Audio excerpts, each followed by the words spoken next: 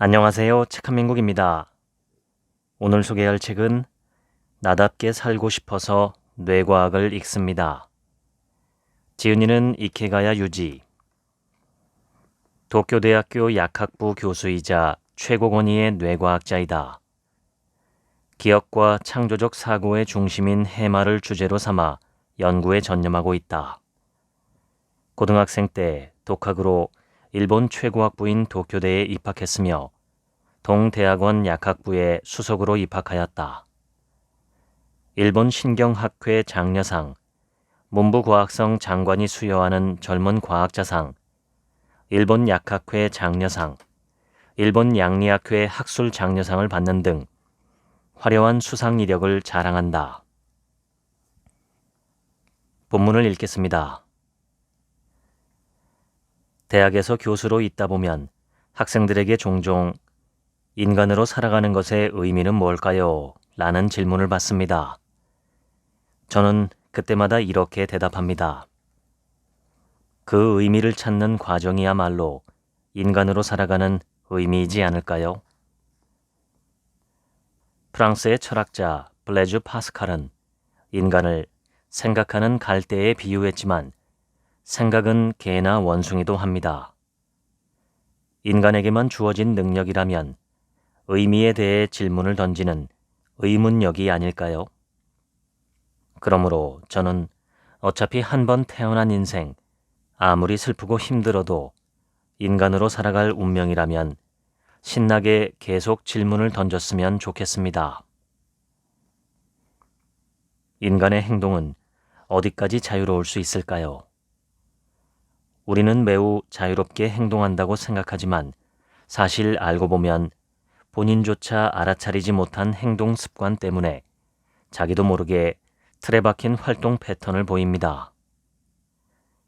노스이스턴 대학교의 알버트 라즐로 바라바시 박사팀이 진행한 아주 충격적인 연구를 살펴봅시다. 바라바시 박사팀이 주목한 것은 휴대전화입니다. 통신사에는 사용자가 언제 어디에 머물렀는지에 대한 상세한 데이터가 보관되어 있습니다. 연구팀은 5만 명의 휴대전화 사용 이력을 3개월에 걸쳐 조사하여 사람들 개개인의 이동 엔트로피를 산출했습니다. 엔트로피란 무질서한 정도를 나타내는 척도입니다. 조사 결과 엔트로피는 겨우 0.8비트에 불과했습니다. 즉, 어느 곳에 있는지에 대한 불확실성이 놀라우리만큼 낮은 것입니다. 평소의 행동 패턴을 알면 이 사람이 어디에 있을지 평균 2곳 이내로 좁힐 수 있다는 뜻입니다. 바라바시 박사팀은 다음과 같은 결론으로 논문을 마무리했습니다. 인간은 변화와 자발성을 간절히 원하지만 생활 패턴은 강한 규칙성에 얽매여 있다. 그렇다면 자유의지란 대체 무엇일까요? 저는 의지가 뇌에서 만들어지는 것이 아니라 주위 환경과 신체 상황에 따라 결정된다고 생각합니다. 예를 들어, 갖고 싶은 물건을 손가락으로 가리켜 주세요 라고 하면 오른손잡이인 사람은 아마 오른손가락으로 가리킬 것입니다. 이때 왼손과 오른손 중 어느 손으로 가리킬지는 자유이니 본인의 의지로 오른손을 선택했다고도 할 수 있습니다. 그러나 이는 습관에 의한 것이지 의지에 의한 것이라 보기는 어렵습니다. 그래서 다음에는 왼손과 오른손 중 하나를 선택해 가리켜 주세요 라고 부탁했습니다. 그러자 이번엔 오른손을 사용하는 비율이 60%로 줄었습니다. 이 역시 부탁을 받았기 때문에 일어난 변화이므로 외부 음성에 대한 단순한 반사라 해석할 수 있습니다. 하버드 대학교의 알바로 파스쿠알 레오네 박사팀은 실험이 진행되는 동안 경두개 자기 자극법을 사용해 두개골 외부에서 우뇌에 자기 자극을 주었습니다. 그랬더니 오른손을 선택하는 비율이 60%에서 20%까지 떨어지고 왼손을 많이 사용하게 되었습니다. 당사자는 자극을 받았다는 사실을 모른 채 어디까지나 내 의지로 왼손을 선택했다고 굳게 믿고 있다는 점이 참 흥미롭더군요. 이러한 실험을 통해 알 수 있는 사실은 실제 행동의 대부분이 환경이나 자극 또는 평소 습관에 의해 결정된다는 것입니다. 그런데도 우리는 내가 분석했어, 내가 판단했어 라고 자신만만하게 착각합니다. 이탈리아의 소도시 비첸차에서 미군 기지를 확장하는 정책에 관한 의견을 129명의 주민에게 물었습니다. 실험은 다음과 같이 진행되었습니다. 눈앞에 있는 모니터에 다양한 영상과 단어가 뜨는데 모니터에 뜬 단어가 좋은 것이면 왼쪽 버튼을 누르고 나쁜 것이면 오른쪽 버튼을 누르게 하는 것입니다. 이때 버튼은 최대한 빠르고 정확하게 눌러야 합니다. 모니터에는 좋고 나쁨이 명확한 단어, 예를 들어 행운, 행복, 고통, 위험 등과 함께 미군 기지 관련 사진이 뜹니다. 그리고 이때 버튼을 누르기까지 걸리는 반응 시간과 판단 오류 빈도를 측정합니다. 실제로 버튼을 의식적으로 선택하기는 어렵습니다. 반사적으로 이루어지기 때문에 당연히 그 사람의 호불호가 그대로 드러날 수밖에 없습니다. 이것이 자동 연상입니다. 미군 기지에 대하여 그 사람이 가진 무의식적인 생각을 엿볼 수가 있지요. 그런 실험을 통해 사고의 습관을 조사하면 당사자가 아직 찬반 결정을 내리기 어렵다라고 느껴도 최종적으로 어느 쪽을 지지할지 사전에 높은 확률로 예측할 수 있습니다.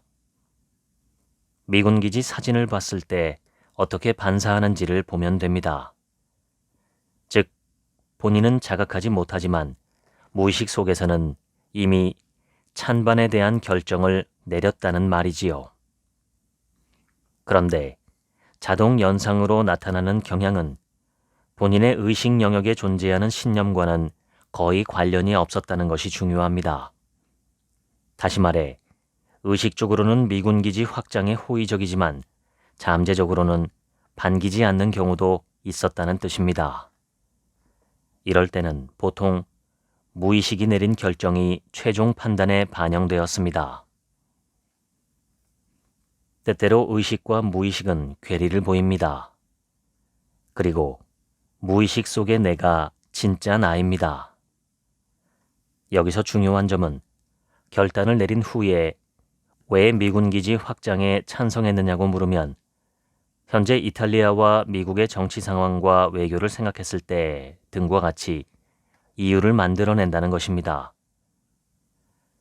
뉴스를 접했을 때 어떤 감정 반응을 보일지는 그 사람의 지식과 과거 경험에 의해 이미 정해져 있는데 누군가 이유를 물었을 때 그냥 반사적으로 대답한 것이다 라고 말하는 사람은 아무도 없습니다.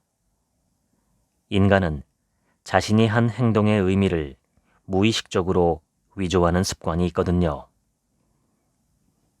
인간은 스스로에 대해 무자각하다는 사실에 무자각하다.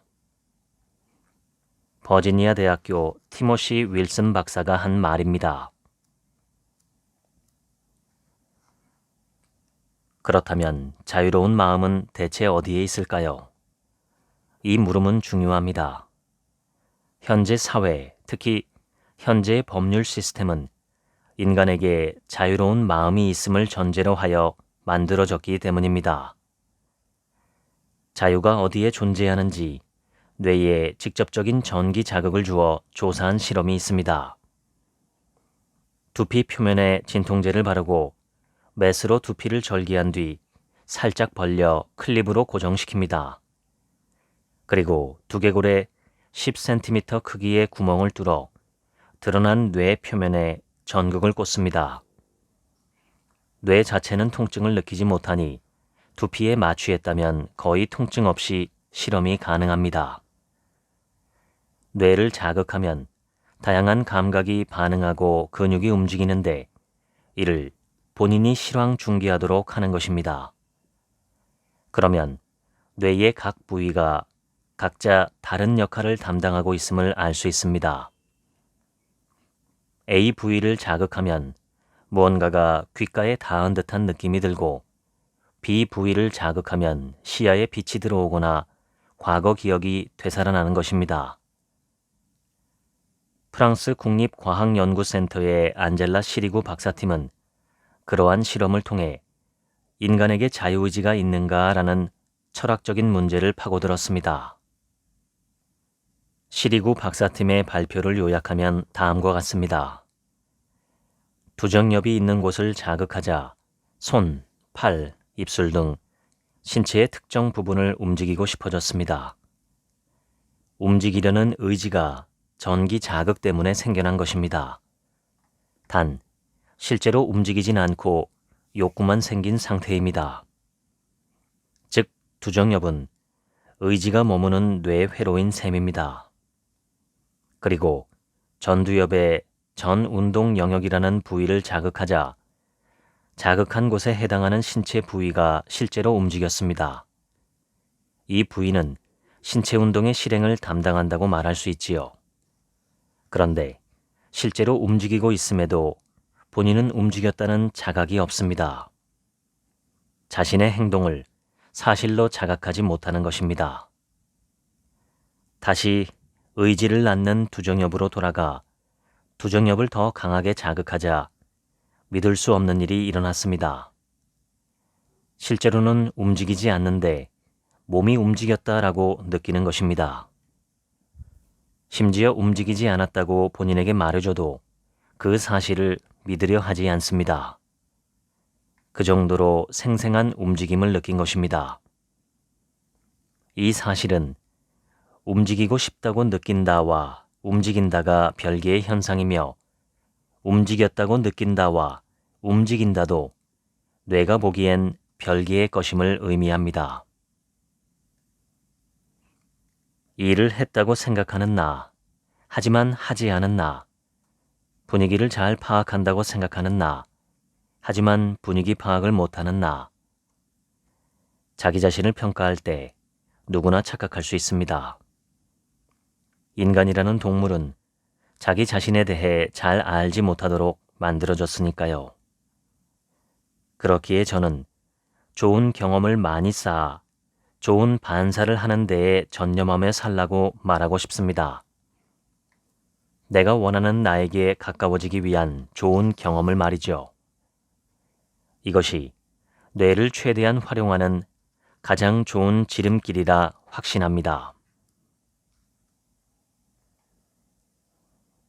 역시 그렇지. 그럴 줄 알았어. 그러게 내가 말했잖아 등은 예감이 적중했을 때 흔히 쓰는 표현입니다.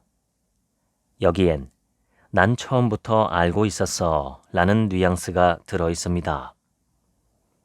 이처럼 예측이 맞았다고 느꼈을 때 실제로 얼마나 정확하게 사전 예측을 한 것일까요? 예를 들어 이런 실험이 있습니다. 사람들에게 아가사 크리스티가 평생 몇 권의 장편 소설을 썼는지 물어본 다음 그들이 추정한 권수의 평균치를 매겼습니다. 응답의 평균치는 51권이었습니다. 실제로 아가사 크리스티는 66권의 장편 소설을 썼는데 아마도 웬만한 팬이 아니면 정확히 알 수 없었겠죠. 그리고 시간이 좀 지나간 뒤 예전 응답자들에게 정답을 알려주고 그때 몇 권이라고 추정하셨었죠? 라고 물었습니다. 놀랍게도 그 평균치는 63권으로 증가했습니다. 과거에 자신이 정답에 근접한 숫자를 말했다고 믿고 있는 것입니다. 이와 비슷한 실험 결과는 그 밖에도 많습니다. 우리는 비교적 정확하게 이 사태를 예견했다고 착각하는 습관이 있습니다. 우리가 할 수 있는 건 딱 하나입니다. 지금 내가 하는 생각이 무조건 옳다고는 말할 수 없다 라는 겸허한 자세로 생각을 잠시 보류하는 것입니다. 자신의 생각에 매몰되어서 좋을 일은 없습니다. 한 가지 실험을 더 소개하겠습니다. 단체에 가입하기 위해 거치는 입회 의례에 관한 실험입니다. 피험자에게 까다로운 의례와 그리 까다롭지 않은 의례 중 하나를 치른 뒤 가입하게 하고 가입 후에 그 단체에 대한 호감도를 묻자 까다로운 의례를 치른 사람이 더 높았습니다. 이 결과를 어떻게 해석하면 좋을까요? 사람들은 보통 자신의 행동과 감정이 일치하지 않을 때 무의식적으로 이 모순을 해결하려고 합니다. 즉, 행동과 감정 중 하나를 바꾸는 것입니다. 둘 중에서 무엇을 바꾸는 게 쉬울까요? 두말할 것도 없이 감정입니다. 행동은 이미 벌어진 사실이니 바꿀 수 없으니까요. 그래서 우리 뇌는 감정을 바꿉니다. 입회 의례는 원래 귀찮고 재미도 없습니다. 가능하다면 생략하고 싶어 합니다. 그런데 심지어 까다롭기까지 하다면 더욱 싫습니다. 그런데 그런 까다로운 의례를 치르면서까지 단체에 들어간 것입니다. 이 사실은 바뀌지 않으므로 그 정도로 나는 이 단체에 들어가고 싶었다 라고 생각을 바꾸게 됩니다. 이처럼 심리적 부조화를 무의식적으로 해소하려는 양상은 성인뿐 아니라 어린아이들에게서도 관찰됩니다. 다음은 4살짜리 아이를 대상으로 한 실험입니다. 엄마가 절대로 이 장난감 갖고 놀지 마 라고 엄격하게 금지했을 때와 이 장난감은 갖고 놀면 안 되는 거야 라고 부드럽게 타이르며 갖고 놀지 못하게 했을 때 장난감에 대한 아이들의 호감도를 비교했습니다. 그랬더니 똑같은 장난감인데도 부드럽게 타이른 쪽에서 호감도가 줄어들었음을 알 수 있었습니다. 다시 말해 부드럽게 타이른 경우는 타인에게 지시를 받았지만 자신의 의지로 노는 행위를 멈춘다는 자유의지의 요소가 남아있거든요. 다시 말해 내가 그만 놀기로 결정했으니까 이 장난감은 별로 재미가 없었던 거야 라는 결론이 나오는 것입니다.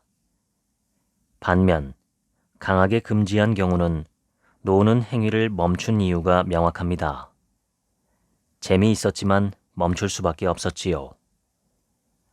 자신이 취한 행동에 모호한 부분이 없습니다. 자기 모순을 불쾌하게 여겨 해소하려는 건 우리 마음속에 깊이 박혀있는 심리적 작용입니다.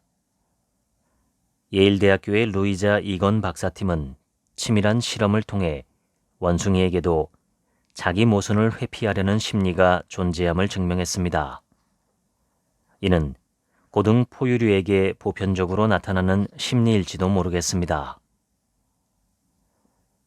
인지 부조화를 회피한다는 이론 자체는 미국의 심리학자 레온 페스팅거 박사팀이 50년도 전에 주창한 것입니다. 레온 페스팅거 박사가 실시한 유명한 실험이 있습니다. 피험자에게 재미없고 단조로운 작업을 시킨 후 재미있었다라고 말하게 합니다. 그리고 사례금을 주는데 이때 피험자를 두 그룹으로 나누어 한 그룹에는 $20를 주고 다른 한 그룹에는 $1를 줍니다. 그런 다음 작업이 얼마나 재미있었는지 설문조사를 합니다. $1를 받은 그룹이 더 즐겁게 느꼈다고 합니다. 고액의 사례금을 받은 그룹은 작업하는 이유를 돈을 받기 때문이라고 인식하지만 $1를 받은 그룹은 돈 때문에 했다 라고 말하기 힘들기 때문입니다. 즉, 작업을 하는 충분한 이유가 없습니다. 이러한 심리적 모순을 해결하기 위해 사실은 내가 자진해서 할 정도로 즐거웠다라고 태도를 바꾸어 스스로 납득하는 것입니다. 우리 뇌는 스스로를 잘난 놈이라 믿고 있습니다. 고등학생 100만 명을 대상으로 설문조사를 한 결과 70%가 나의 리더십은 동급생들에 비해 평균 이상이다 라고 답했습니다. 자신의 리더십이 평균 이하라고 답한 학생들은 2%에 불과했습니다. 이러한 수치는 평균치의 개념을 생각하면 모순됩니다. 그만큼 인간은 자신을 높이 평가하는 경향이 있다는 뜻이지요. 참고로 타인과 잘 지내는 능력을 묻자 상위 25% 이내에 해당한다 라고 답한 학생이 60% 이상이란 점도 흥미로운 부분입니다. 심지어 대학 교수들의 경우 무려 94%가 난 동료 교수들보다 우수하다라고 답했습니다. 이런 기묘한 현상이 발생하는 이유는 여러 가지겠지만 그중 하나가 정보의 편향입니다. 아이들에게는 자신을 꾸짖는 부모와 선생님이 있습니다. 하지만 나이가 들수록 혹은 사회적 지위가 높아질수록 자신을 꾸짖는 사람이 적어집니다. 교수라도 되면 주위에서 역시 땡땡 교수님, 설명이 친절해서 귀에 쏙쏙 들어옵니다. 대단하세요. 몸이 10개라도 모자라겠어요. 라며 비행기 태우는 말들을 많이 합니다. 그런 말들을 자꾸 듣다 보면 어느 순간 난 정말 대단해 라는 생각이 들 수밖에 없습니다. 뇌의 입장에서 내 평판이 좋다는 것은 명백한 쾌감입니다. 관심이 있는 정보에 귀를 기울이고 반대로 듣기 싫은 정보는 무의식적으로 배제하는 것은 자연의 섭리이지요. 그래서 우리는 보고 싶은 대로 인식하고 믿고 싶은 대로 해석하며 뇌 안에서 자신의 바람을 이룹니다. 사실 이것이 함정이 될 수도 있습니다. 자신의 수준을 정확하게 판단하지 못하는 이러한 경향은 평가 오류가 있음을 의미하므로 자칫 불리하게 작용할 수 있습니다. 그런데 왜 진화 과정에서 도태되지 않은 걸까요? 에딘버러 대학교의 도미닉 존슨 박사팀은 흥미로운 가설을 제시했습니다. 그는 전산 시뮬레이션을 통해 자신의 능력을 실제보다 높게 평가하는 사람은 때때로 경합에서 자신에게 유리하도록 움직여 결국 집단 내에서 우위에 선다는 사실을 증명했습니다. 무모함은 첫걸음을 내딛는 데에 도움이 됩니다. 그러고 보면 항상 자신이 없어요 라고 말하는 나약한 사장은 별로 본 적이 없습니다. 자신을 과대평가하는 것은 리더의 필수 자질이니까요. 자신감과 자긍심을 갖고 일하는 사람은 빛나고 매력적으로 보입니다. 프랑스 사상가 샹포르는 프라이드는 미덕의 원천이다 라는 말을 남겼다고 합니다. 무리를 이루는 동물들은 집단이 이동하는 경로를 어떻게 결정할까요? 꿀벌, 물고기, 새의 일부 종은 정확한 지식을 가진 리더가 소수 존재하는데 이러한 뛰어난 개체가 집단을 이끈다고 합니다. 그런데 신기한 점도 있습니다. 정확한 지식은 어떻게 무리 전체에 전달되는 것일까요? 아니, 애초에 정확한 지식을 누가 가졌는지 어떻게 알까요? 현재는 컴퓨터에 각 동물의 행동 습성을 입력하여 집단 행동 패턴을 재현할 수 있습니다. 계산 결과에 따르면 집단에서 차지하는 정확한 지식을 가진 개체의 비율이 높아질수록 무리는 올바른 진로를 선택합니다. 너무도 당연한 결과이지요. 하지만 정확한 지식을 가진 개체의 비율이 동일한 여러 집단을 비교했을 때 집단의 규모가 클수록 정답에 가까운 선택을 한다는 점은 다소 의외입니다. 더욱 흥미로운 부분은 지식을 가진 개체가 정답을 너무 고집하면 집단이 분열되거나 붕괴되고 만다는 점입니다. 리더가 자신의 의도를 확고하게 드러내지 않고 애매하게 행동하는 편이 결과적으로는 집단을 올바른 방향으로 이끄는 길인 듯합니다. 네안데르탈린은 50만 년 전에 인류와 분기한 후 다른 종으로 살다가 3만 년 전에 멸종되었습니다. 네안데르탈린의 뼈로 게놈 분석을 실시했더니 멸종 직전에 인간과 교배한 흔적이 있다는 사실이 드러났습니다. 현생 인류의 유전자 중 1% 이상이 네안데르탈린에게서 온 것입니다. 네안데르탈린은 지적 생명체이긴 했지만 우리보다 몸집이 크고 근육과 골격이 발달했으며 체모도 풍성했다고 합니다. 그리고 언어도 없었지요.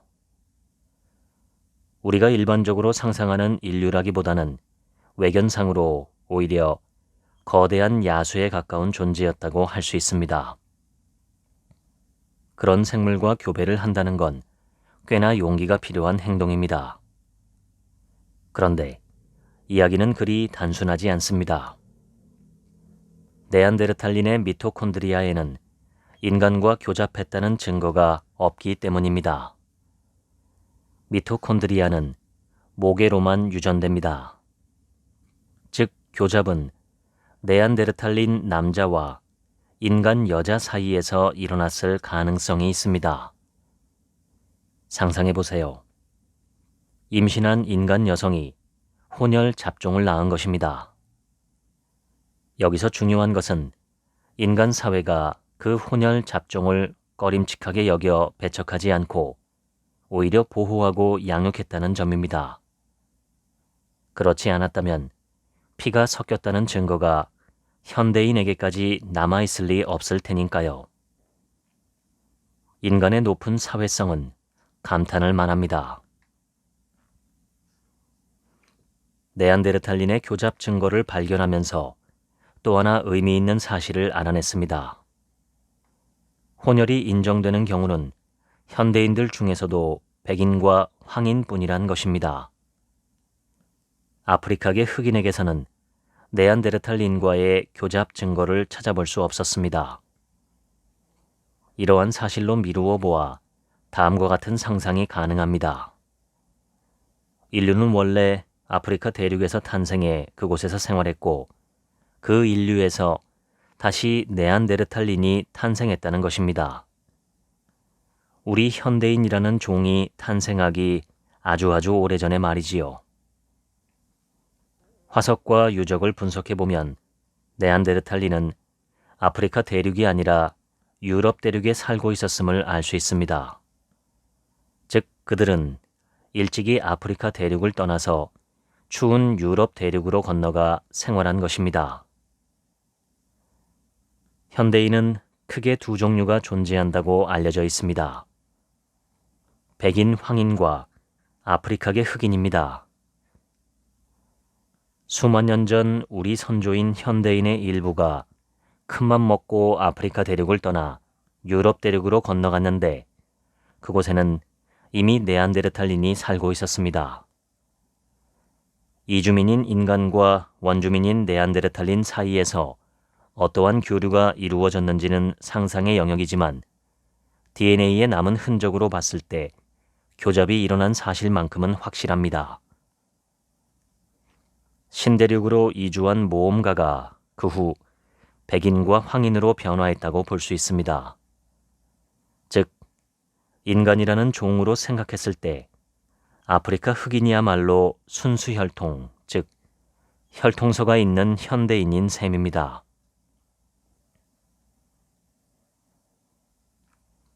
우리가 무언가를 인지하고 내면을 성찰하는 데 언어의 기여도는 얼마나 될까요? 만약 언어가 없었다면 사람의 마음이 과연 이만큼 풍부해질 수 있었을까요? 보스턴 대학교의 리사 펠드먼 베럿 박사팀은 여기서 더 나아가 자신과 타인의 감정을 알아채는 것도 언어를 가졌기 때문이 아닐까라고 고찰합니다. 즉, 자신이 가진 어휘가 인간의 의지, 사고, 행동에 독특한 패턴을 형성하는 것입니다. 커뮤니케이션의 주도권은 기본적으로 정보를 받아들이는 쪽, 즉 수신자에게 있습니다. 예를 들어 판매원이 상품을 권할 때 살지 말지를 결정하는 것은 소비자입니다. 연인에게 프로포즈를 할 때 그것을 받아줄지 말지에 대한 결정권은 고백을 받은 사람에게 있습니다. 교수가 강의를 할 때 수업을 들을지 말지에 대한 선택권은 학생에게 있지요. 이러한 예를 굳이 들 필요도 없이 수신자가 주도권을 쥔다는 것은 대인관계의 보편적 원리입니다. 그렇다면 이 원칙을 깰 방법은 없을까요? 비즈니스에서든 사생활에서든 발신자가 대화를 통제하고 조절할 수 있다면 커뮤니케이션의 잠재성은 더욱 커질 것입니다. 이를 실현하는 비책 중 하나가 메타포, 즉 은유를 이용하는 것입니다. 문자 그대로라는 말이 있지요. 영어로는 literal이라고 합니다. 이런 표현이 존재한다는 것은 역으로 문자 그대로 이해하면 안 되는 표현도 있다는 걸 의미합니다. 예를 들어 인생은 여행이다, 알람시계는 고문이다 등과 같은 비유가 여기에 해당합니다. 이러한 은유적 표현법을 메타포라고 부르는데 이는 전 세계 모든 언어에 존재하는 수사법입니다. 튜빙겐 대학교의 알렉산더 라프 박사팀은 뇌가 메타포를 들을 때 보이는 반응을 상세히 기록했습니다. 라프 박사팀은 사랑의 언어는 하프의 음색이다 라는 메타포와 사랑의 언어는 전부 거짓이다 라는 직설적인 문장을 100상 넘게 준비하여 15명의 피험자에게 들려주었습니다. 언어에 대한 이해는 주로 좌뇌가 담당합니다. 실제로 직설적인 문장을 들었을 때는 좌뇌의 언어 영역이 활동했습니다. 이는 예상된 결과이지요. 그런데 메타포를 들었을 때는 언어 영역과 함께 전두엽의 일부인 하전두회 등 광범위한 뇌 부위가 활동했습니다. 라프 박사팀은 메타포를 해석하는 것은 단어와 문맥을 종합하여 숨겨진 의미를 추정하는 고차 뇌 기능과 관련이 있다고 추측합니다. 또한 영국 해머스미스 병원의 가브리엘라 보티니 박사팀은 메타포를 이해하려면 우뇌도 중요하다는 연구 결과를 발표했습니다. 바꾸어 말하면 메타포를 이용하면 수신자의 뇌를 강하게 활성화할 수 있다는 뜻이 됩니다. 수사적 표현 기법을 늘리면 상대의 마음을 흔들 수 있다는 뜻입니다.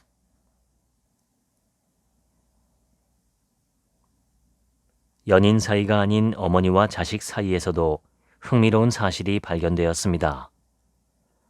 엄마가 젊은 시절에 좋은 경험을 하면 아이에게 그 좋은 영향이 유전된다는 것입니다. 애초에 유전이란 유전자가 매개하므로 부모가 개인적으로 경험한 일은 자손에게 유전되지 않는다고 생각하는 것이 기존의 상식이었습니다. 물론 유전자 코드는 바뀌지 않습니다. 유전자 코드가 바뀌려면 진화 수준에 오랜 시간이 필요하거든요. 다만 염색체나 DNA는 후천적으로 화학 수식이 일어난다고 알려져 있습니다. 그러면 유전자의 기능 발현이 변하는데 이를 후성 유전학이라 합니다. 페이그 박사팀이 발견한 것도 후성 유전학과 관련된 내용입니다. 그 영향이 단순히 후천적으로 나타나는 것에 그치지 않고 자녀 세대까지 영향을 미친다는 점이 놀라웠습니다. 쳇바퀴와 터널 등이 놓인 환경에서 자란 쥐는 놀이거리 없이 지루한 환경에서 자란 쥐보다 미로를 빠져나오는 능력이 뛰어나다고 합니다. 해마의 기능이 향상되기 때문입니다. 해마의 기능을 증강시키려고 계속 풍부한 자극이 있는 환경에서 키울 필요는 없습니다.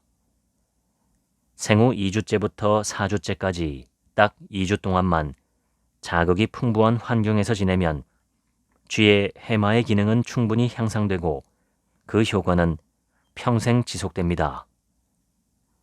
참고로 쥐의 생후 2, 4주는 인간으로 치면 대략 유아기부터 사춘기까지의 시기에 해당합니다.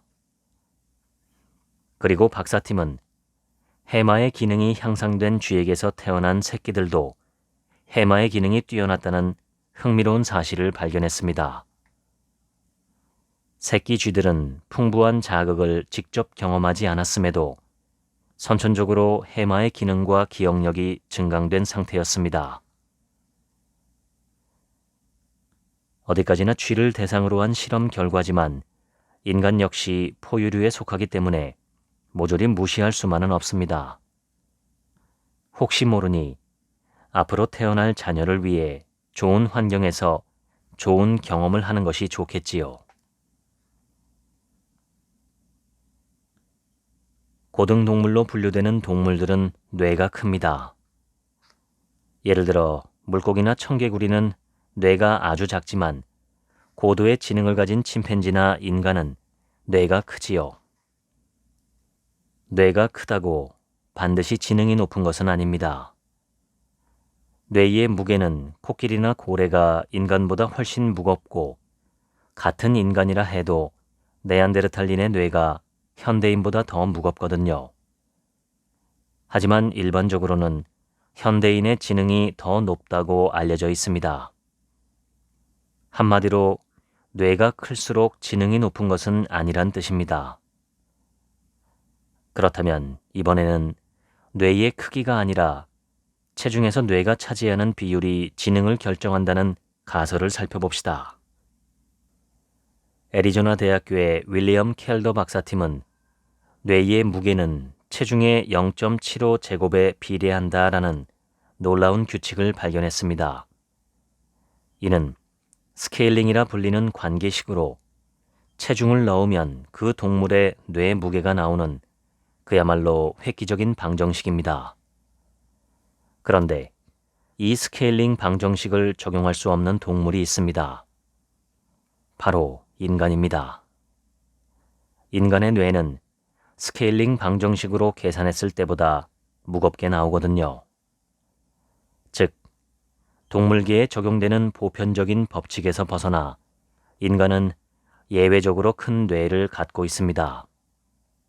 몸집에 비해 뇌가 너무 큰 것입니다. 캘리포니아 대학교의 캐서린 나르 박사팀은 뇌의 크기와 지능지수, 즉 IQ의 관계에 대해 자세히 연구했습니다. 그 결과 미미한 정도이지만 뇌가 큰 사람일수록 IQ가 높다는 사실을 알아냈습니다. 특히 대뇌 피질이 두꺼우면 두꺼울수록 IQ가 높았습니다. 조금 의외이긴 하나 뇌를 보면 그 사람의 지능을 알 수 있는가에 대한 대답은 과학적으로 봤을 때 예스라고 할 수 있습니다. 그런데 피질의 두께와 IQ 사이에 상관관계가 존재하는 것은 분명하지만 피질이 두꺼운데도 IQ가 높지 않은 사람이 있었습니다. 개인차가 큰 것입니다. 이유가 뭘까요?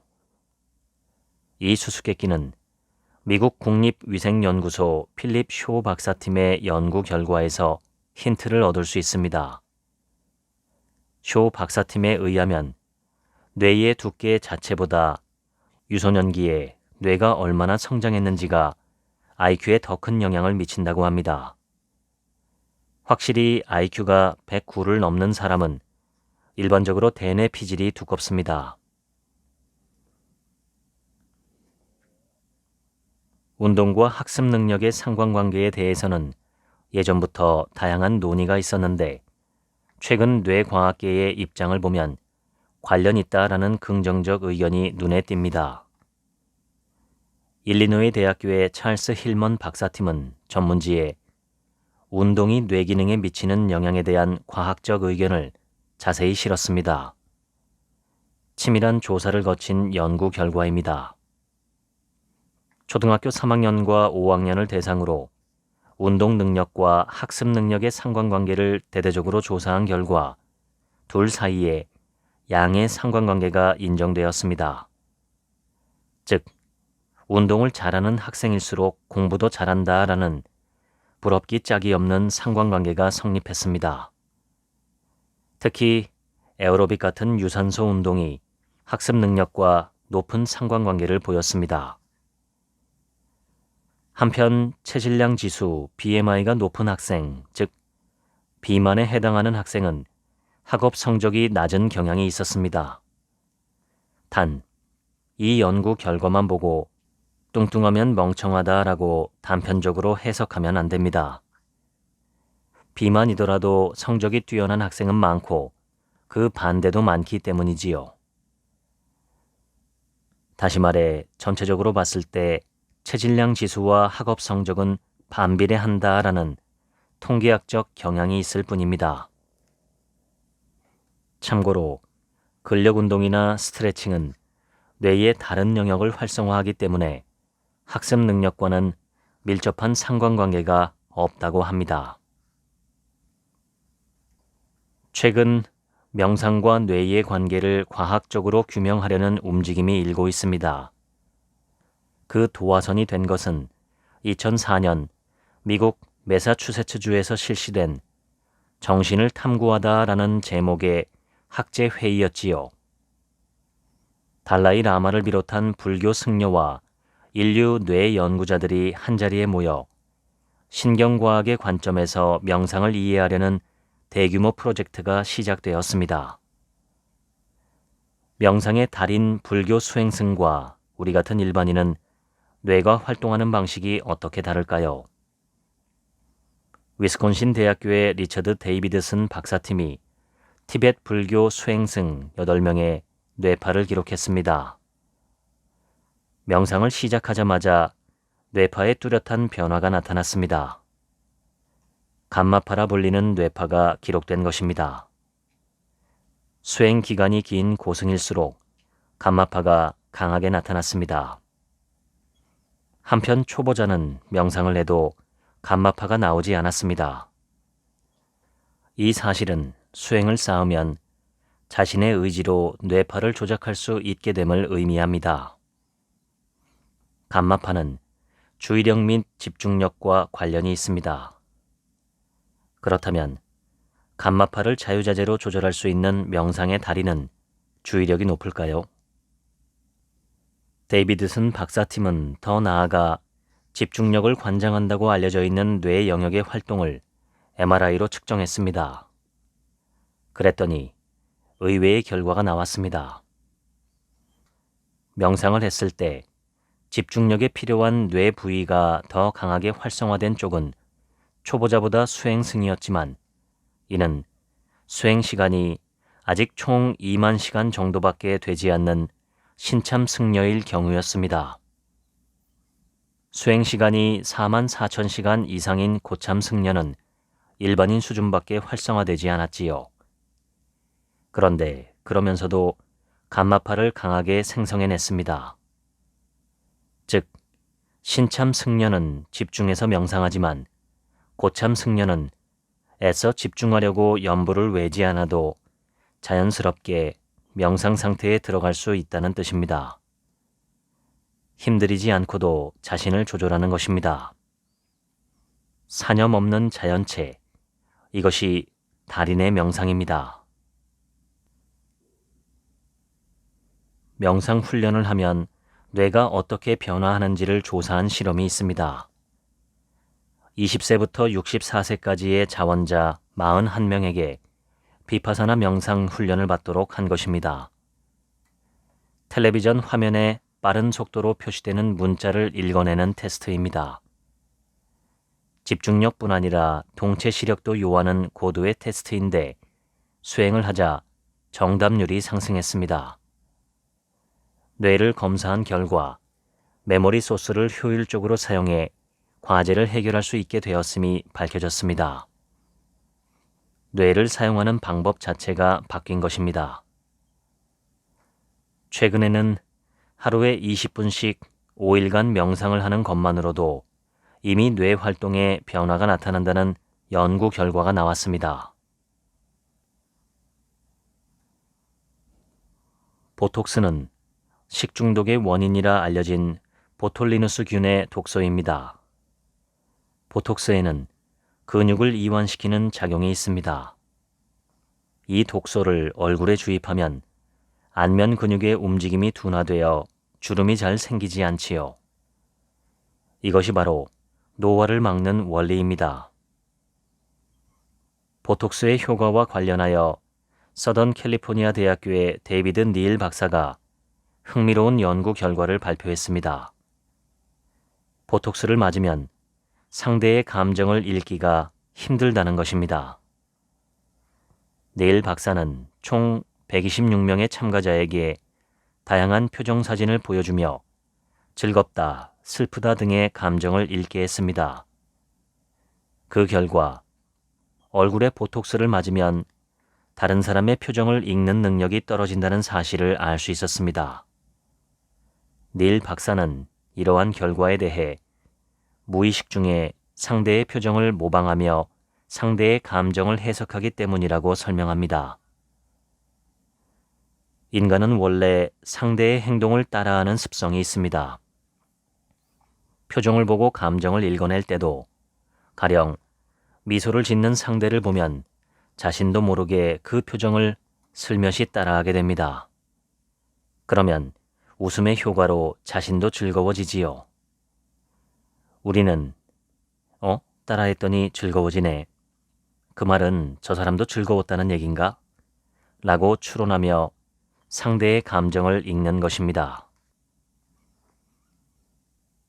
서스킨드 박사팀은 피험자에게 각각 공포에 질린 표정과 혐오하는 표정을 짓게 하고 그때 일어나는 다양한 신체적 변화를 조사했습니다. 여기서 주의할 점은 피험자가 실제로 공포나 혐오를 느껴서 자신의 감정에 따른 표정을 지은 것이 아니라 그냥 공포와 혐오를 느끼는 척을 한 것뿐이란 사실입니다. 흥미롭게도 공포에 질린 표정을 짓자 시야가 넓어지고 동공이 빠르게 움직여 멀리 있는 표적을 쉽게 찾아낼 수 있었습니다. 그리고 콧구멍이 커지고 호흡도 가빠졌습니다. 한편 혐오하는 표정을 짓자 그와는 반대로 시야가 좁아지고 콧구멍이 좁아지며 지각 능력이 떨어졌습니다. 이는 합리적인 변화입니다. 공포를 느낄 때 그에 대비하기 위해 외부를 향한 안테나가 민감해지는 것은 너무도 당연하고 중요하니까요. 반면 혐오를 느낄 때는 감각이 입력되지 않게 차단하는 편이 좋습니다. 이 실험 결과는 공포에 대한 준비는 공포의 감정 그 자체가 아니라 공포에 질린 표정을 지어야 비로소 시작된다는 것을 보여줍니다. 이처럼 얼굴 표정은 본인의 정신과 신체 상태에도 영향을 미칩니다. 이것이 바로 안면 피드백이라 불리는 효과이지요. 안면 피드백 가설을 뒷받침하는 연구 결과는 서스킨드 박사팀의 연구 외에도 많습니다. 그런데 표정만 중요한 것이 아닙니다. 자세도 중요합니다. 의자 등받이에 등을 곧게 편 상태로 앉아보세요. 자세를 바르게 하면 왠지 모르게 기분이 좋아지거든요. 마드리드 자치대학교의 심리학자 파블로 브리뇰 박사팀의 실험 결과를 살펴볼까요? 연구팀은 대학생 71명을 모아 자세가 자기 평가에 미치는 영향을 조사했습니다. 실험은 매우 단순합니다. 학생들을 대상으로 설문조사를 하면서 취업을 대비해서 자신의 장단점을 적어라 라고 하는 것입니다. 이때 각각 허리를 곧게 펴고 앉은 자세, 구부정하게 앉은 자세로 적게 했습니다. 그랬더니 허리를 곧게 펴고 앉은 자세로 적은 내용이 구부정하게 앉아 쓴 내용보다 확신의 정도가 높음을 알 수 있었습니다. 즉 자신이 쓴 내용에 대해 정말로 그렇게 생각한다라고 강한 확신을 보인 것입니다. 우리 뇌는 무엇을 위해 존재할까요? 뇌는 고도의 정보 처리를 실행하는 특수한 조직으로 기능합니다. 그래서 뇌는 무엇을 위해 존재하는가라고 묻는다면 대개는 정신을 다스리기 위해라든가 의식이나 마음을 만들어내기 위해라고 답할 수 있지요. 그러나 이러한 기능은 뇌의 본질이 아닙니다. 아주 초기의 생물을 보면 뇌의 본래 역할이 무엇인지 알 수 있습니다. 초기 생물에게 뇌는 외부의 정보를 처리하여 적절한 운동을 하게 만드는 입출력 변환 장치입니다. 먹이가 있으면 접근하고 적이나 독이 있으면 피하는 등 단순하지만 생명 유지에 중요한 반사 행동을 일으키는 장치입니다. 다시 말해 당시의 뇌는 철저한 신체 감각, 즉 입력과 신체 운동, 즉 출력을 처리하는 데 특화된 조직이었을 것입니다. 심지어 인간의 심리작용은 대부분 신체성을 기반으로 한다고 생각해도 좋습니다. 어린이는 수를 셀 때 손가락을 하나하나 접으며 하나, 둘, 셋 하고 셉니다. 그러다 나이가 좀 더 들면 손가락을 쓰지 않고서도 숫자를 셀 수 있습니다. 이는 손가락이라는 신체적 도구가 내면화되었기 때문입니다. 즉, 수라는 추상적 개념도 그 기원을 거슬러 올라가면 신체에 도달합니다. 이러한 생각을 바탕으로 우리의 일상을 되돌아보면 신체와 행동 때문에 생긴 딱지의 오해가 많이 존재한다는 사실을 깨닫게 됩니다. 예를 들자면 다음과 같은 표현이 있습니다. 매력적인 사람이 지나가면 나도 모르게 시선이 간다. 이 대리는 시간 개념이 없어서 이번에 또 지각했다. 형은 바쁘니까 시간이 없을 게 분명하다.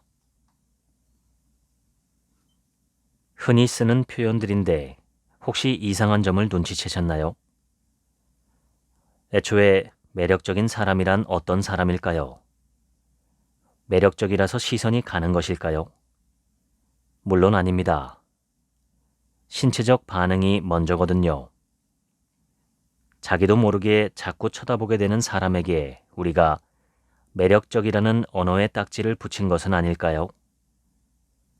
마찬가지로 시간 개념이 없어서 지각하는 것이 아니라 자주 지각하는 사람에게 우리가 시간 개념이 없다라는 딱지를 붙입니다.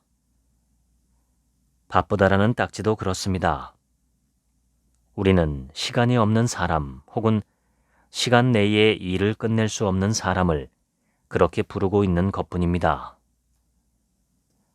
딱지는 어떠한 행동이나 성격의 이유가 아닙니다. 항상 결과이지요. 그 핵심을 파고들면 뇌 안에서 나오는 표현의 대부분은 신체와 행동이 외적 내적으로 언어화된 것이라는 사실을 알 수 있습니다. 언어가 인간의 사고에 중요한 역할을 담당한다는 것은 저도 인정합니다. 하지만 언어와 뇌의 인연은 그리 오래되지 않았습니다. 화석을 조사한 결과 뇌의 원형이 완성된 것은 약 5억 년 전으로 추정됩니다. 한편 언어가 생겨난 시기에 대해서는 여러 가설이 있지만 대략 10만 년 전이라고 봅니다. 양자의 기간을 비교하면 언어가 얼마나 새롭게 생겨난 기능인지 이해될 것입니다.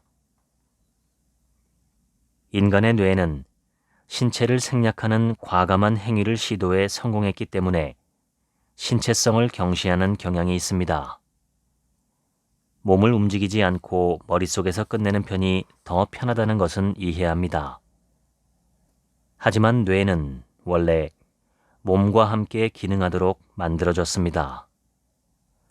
저는 매일 뇌 연구를 하면서 손으로 쓰고 소리내어 읽고 장난감을 갖고 노는 이러한 활동적인 체험이 이후의 뇌 기능에 강한 영향을 줄 것이라 직감합니다.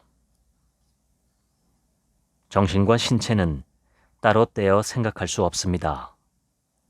마음은 뇌에 있는 것이 아니라 신체와 환경에 흩어져 있는 것이니까요. 마음은 신체에서 파생된다는 점을 더더욱 잊지 말아야 합니다. 지금까지 나답게 살고 싶어서 뇌과학을 읽습니다. 읽어드렸습니다. 오늘은 하루치 생각이 없습니다. 들어주셔서 감사합니다.